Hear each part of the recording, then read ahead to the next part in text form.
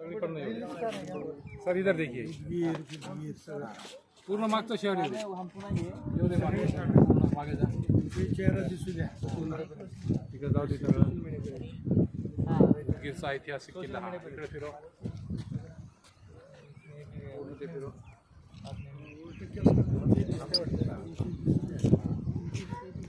हा उदगीरचा ऐतिहासिक किल्ला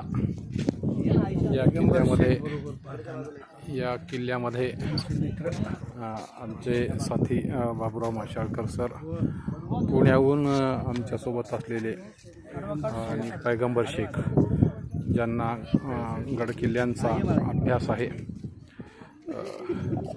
शेख सर किले के बारे में बताइए दो बातें।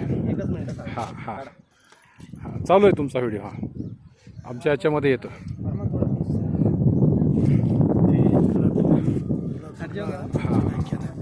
महाराष्ट्र अंधश्रद्धा निर्मूलन समितीच्या 36व्या वर्धापन दिनाच्या निमित्तानं पैगंबर शेख हे व्याख्यानासाठी आलेले आहेत। त्या अनुषंगानं किल्ला पाहत आहेत। उदगीर किल्ल्याच्या संदर्भामध्ये आपली माहिती। उदगीरमध्ये का आलो हा महत्त्वाचा विषय आहे। माझं व्याख्यान ॲक्च्युली लातूरमध्ये होतं, मात्र मी म्हणलं की लातूरपासून उदगीर 60 किलोमीटरवर आहे, परत 400 किलोमीटर येण्यापेक्षा आज आपण 60 किलोमीटर येऊ म्हणालो आणि मग या ऐतिहासिक अशा उदगीर किल्ल्यावर आपण आलेलो आहोत।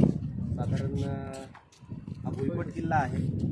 मराठवाडा वगैरे त्या भागामध्ये जाल तर तुम्हाला गिरिदुर्ग वगैरे जे आहेत हे मिळत नाहीत, ते भुईकोट किल्लेच मिळतात। तर हा भुईकोट किल्ला ऐतिहासिक आहे। या किल्ल्याची माहिती म्हणजे अशी की हा निजामाचा जो आहे तो निजामांकडे हा किल्ला होता।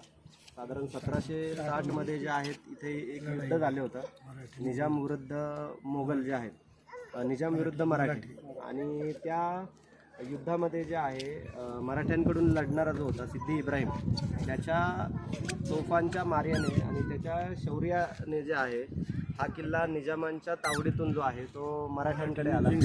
मराठ्यांनी जिंकला हा किल्ला। आणि मुळात हे जे किल्ले आहेत हे आपली एक संस्कृती आहे, ऐतिहासिक असा वारसा आहे खरं तर। आणि मी बऱ्याचदा सांगत असतो की किल्ले म्हणजे मानवी जी व्यवस्था आहे, मानवी जो इतिहास आहे त्या इतिहासातला महत्त्वाचा घटक आहे। कारण आता आपण ग्रामपंचायत वगैरे पाहतो, महानगरपालिका पाहतो, नगरपंचायत पाहतो, तर आता ती व्यवस्था तिथून चालते सगळी लोकव्यवस्था। तर त्या काळामध्ये ही लोकव्यवस्था किल्ल्यांवरून चालायची।